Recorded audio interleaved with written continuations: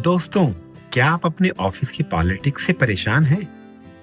क्या आपको ऐसा लगता है आप बहुत सारा काम करते हैं, लेकिन उसका क्रेडिट शायद से आपको नहीं मिलता? या आपको क्या ऐसा लगता है आपके बिना ऑफिस का बहुत सारा काम नहीं हो पाएगा? अपनी इम्पोर्टेंस कुछ ज्यादा लगती है, लेकिन लोग अपने आप को आपसे ज्यादा इम्पोर्टेंस देते हैं। दोस्तों, अगर ये सब सवाल आपको भी परेशान कर रहे हैं, तो आज मैं कुछ इन विषयों पर आपसे बात करने आया हूँ। होता यूं है, मैं अपने एक पुराने सज्जन दोस्त से मिलने गया था, तो उनके पिताजी का भी रिटायरमेंट हुआ। तो इन दिनों कुछ फेस्टिव सीजन चल रहा है, तो गिफ्ट्स का लेन देन चलता रहता है। सब लोग एक दूसरे के यहाँ गिफ्ट्स लेकर जाते हैं, गिफ्ट्स लेकर आते हैं।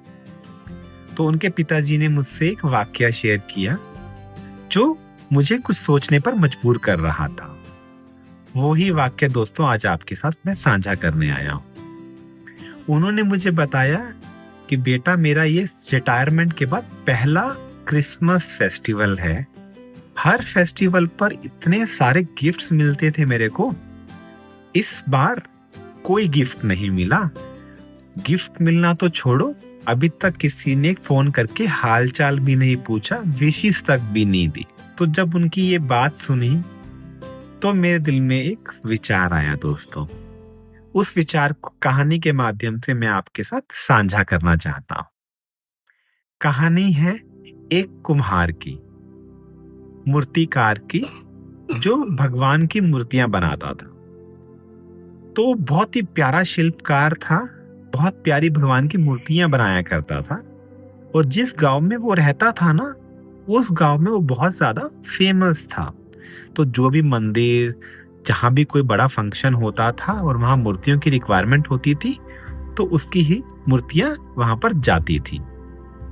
एक बार उस गांव के पास वाले शहर में बहुत बड़े मंदिर का निर्माण होता है दोस्तों, और उस मंदिर के लिए बहुत सारी मूर्तियों का उसको ऑर्डर मिलता है बनाने के लिए।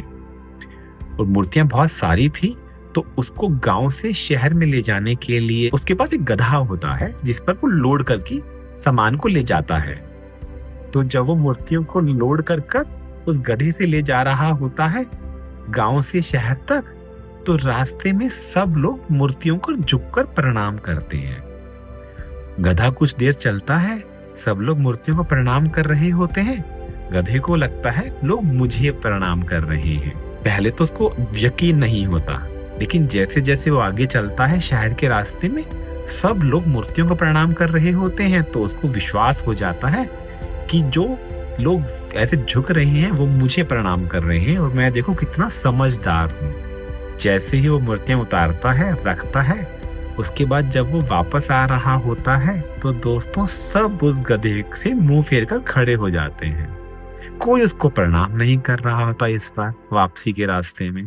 दोस्तों, क्या यही हमारा हाल है? जो हमारे को लोग प्रणाम करते हैं, सलाम करते हैं, हमारी जॉब में हमारे पदाधिकारी हमारे आगे पीछे घूमते हैं, गिफ्ट्स देते हैं, फंक्शंस में बुलाते हैं, क्या वो हमें बुलाते हैं या हमारे पद की महिमा को बुलाते हैं? उस पद के वजह से हमें बुलाते हैं, या वो एक इंसान को बुलाते हैं? इंसान के लिए गिफ्ट्स आते हैं। कहीं हम वो ही गधे तो नहीं हैं जिनके पास जब तक एक पद है, जब तक कुछ मूर्तियां हैं, तब तक सब उनको सलाम कर रहे हैं, और जैसे ही वो पद, जैसे ही वो मूर्तियां जाती हैं, हमारी कोई पूछ नहीं कर रहा। अपने जीवन को इतना ज्यादा परेशान मत करो इस नौकरी में, धन कमाने की चाह में। अपना अहंकार इतना पुष्ट मत करो कि ये सब जो चल रहा है ना चारों ओर, ये मेरी वजह से चल रहा है। मत सोचो ऐसा। अभी लोग आपको पूछ रहे हैं क्योंकि आपके पास एक पद है। कभी आपने नोटिस किया है, जब आप अपने ऑफिस में एंटर करते हैं तो सिक्योरिटी गार्ड भी पहले आपसे आपका आई कार्ड मांगता है। चाहे आप जूनियर मोस्ट एग्जीक्यूटिव हो या सीनियर मोस्ट सीईओ हो, पहले आई कार्ड एक सिक्योरिटी गार्ड भी मांगता है। तो आपको उस बिल्डिंग में एंटर करने के लिए भी एक आईडी कार्ड की जरूरत होती है। जिस दिन आप सीईओ बनकर उस आईडी कार्ड को नहीं दिखाएंगे ना, आपको एंट्री तक भी ना मिले शायद से बिल्डिंग में दोस्त। सो वो सलाम जो है वो आपके आईडी कार्ड को ठोका जा रहा है, वो गिफ्ट्स आपकी पोजीशन को मिल रहा है, ऐसा मुझे लगता है। लेकिन मैं साथ ही ये भी स्पष्ट करना चाहता हूँ, इसका मतलब ये नहीं है कि हम अपना कर्म ना करें, हम आगे ना बढ़ें, हम बड़ी पोजीशंस के लिए एस्पायर ना हो।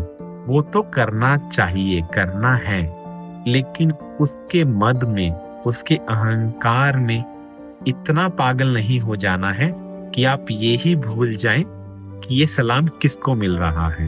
ये आगे पीछे जो नौकर चाकर घूम रहे हैं, ये किस वजह से घूम रहे हैं दोस्तों। यही आज की मेरी एक छोटी सी सीख थी।